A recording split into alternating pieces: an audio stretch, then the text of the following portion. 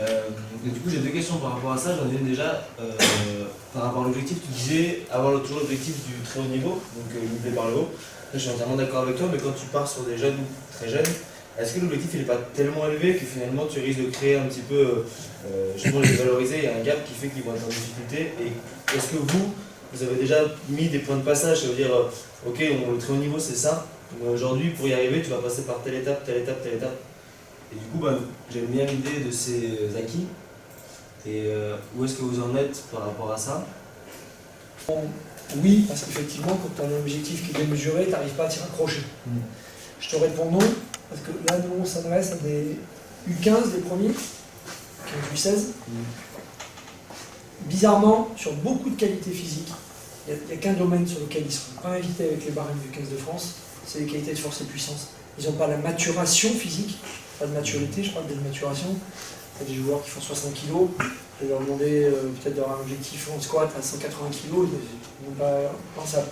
Donc sur le concept force et puissance, très très dur de te projeter sur les mêmes barèmes. Capacité de déplacement, ça c'est un test pour l'aérobie, voilà, c'est celui qu'on avait utilisé comme test de référence. Sur celui-là, je suis convaincu que certains U16 qui rentrent en académie au poste mettre des branlets au mec du 15 de France. Pourquoi? Parce qu'ils ont un rapport poids-puissance, un poids-qualité énergétique, sur lequel ils vont pouvoir matcher. Sur les qualités de vitesse, il y a deux mecs qui ont joué dans le championnat de France. C'est très compliqué de venir continuer à bosser ta vitesse quand tu joues tous les week-ends. Tu as des blessures, tu as des matchs incessants. On a des gamins qui, dans la filière, ont des meilleures perfs en vitesse que les ont les mecs en sélection en moins de 20 et peut-être même parfois au 15 de France. Donc tu as quand même ta capacité à te scientifier. Donc tu n'es pas très loin. Tu as une porte d'entrée. Dans la mesure du possible, on reste sur ces brèves. Donc ça ne te parle pas, mais voilà tels qu'ils sont présentés. Je suis convaincu que dans la majorité des cas, tu peux. Ceux aujourd'hui pour lesquels il y a la plus grande difficulté, ça va être ton 5 de devant. Je te réponds que, bien sûr, si tu me dis ton gamin de 10 ans, ça va être très dur. Donc, on a d'autres barèmes. Mais à partir des U16, donc les académies que je te montre là, tout le monde est au même régime. Ce qu'on a changé par rapport aux qualités de force et puissance, c'est de les relativiser au poids de corps, pour que les jeunes puissent malgré tout s'identifier. Donc on leur parle d'être en capacité de soulever 1,5 fois, 1,6, 1,7 de leur poids de corps. Donc tu fais 60 kg, on te dit, allez, si déjà tu es à 80 kg sur un développé couché, 85 kg, c'est déjà bien. On ne va pas lui parler de l'objectif à 120, 130, je te donne des chiffres comme ça parce que lui, il ne le fera jamais. Donc tu vois, on a le force-puissance par rapport aux académies, on l'a relativisé par rapport au poids de corps. Par exemple, un gamin de 15 ou 16, sur les tests physiques, il peut quand même... Ouais, franchement. Le poste pour lequel c'est plus dur, ce sera le 5 devant. Mais sur les autres, on a des gamins qui... On reçoit les performances des gamins qui rentrent d'académie. Ils matchent, ils ont des équivalents, ils rentrent là-dedans, ou ils n'en sont pas loin.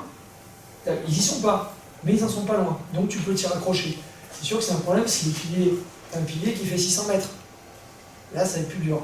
Si vraiment il a l'objectif demain de faire du haut niveau, il a beaucoup de boulot, mais aussi il a l'objectif. Il est autonome, autodéterminé, il peut y arriver pour nous. Mais il y aura beaucoup de boulot. Donc là, il faut trouver le moyen de lui donner des objectifs intermédiaires. C'est une grosse question de la notion de barème. Par rapport à quoi on doit évaluer, parce que moi je suis sur une échelle de 4. Et on s'est dit, du coup, pour l'instant, on est parti sur le fait qu'on allait évaluer par rapport au meilleur niveau de la catégorie. Mais comme tu disais, effectivement, un joueur qui est plus mature, est-ce que ça a du sens? Un joueur qui n'a pas la maturité par rapport à sa catégorie, est-ce que ça a du sens aussi? Et la notion de point de passage, je la trouve intéressante. Et du coup, vous avez une grille sur des points de passage, des acquis de compétences sur le plan physique. Et sur le plan rugby, est-ce qu'il y a quelque chose qui est fait à ce niveau-là? Les entraîneurs sont en train de travailler. Le piège dans lequel il ne faut pas tomber, c'est que la dimension physique, une des ressources. On est un sport multifactoriel pour expliquer les performances. Venir expliquer les performances uniquement parce que le mec ne court pas assez, pour moi, ça veut dire qu'un manager qui s'élimine parce qu'il ne prend pas la connaissance qu'on est un sport qui engage plusieurs ressources.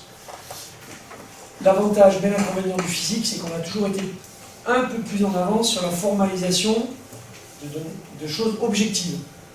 Alors, un test, c'est un test, un résultat, parfois même binaire, parfois avec un barème. Ce qui est plus compliqué sur les aspects techniques. Enfin, ce qui est plus compliqué, je sais pas comment voir, sur l'aspect technique. Donc si, au niveau du rugby, tu fais ce niveau, cet étalage par niveau, À un moment, tu peux avoir la même logique.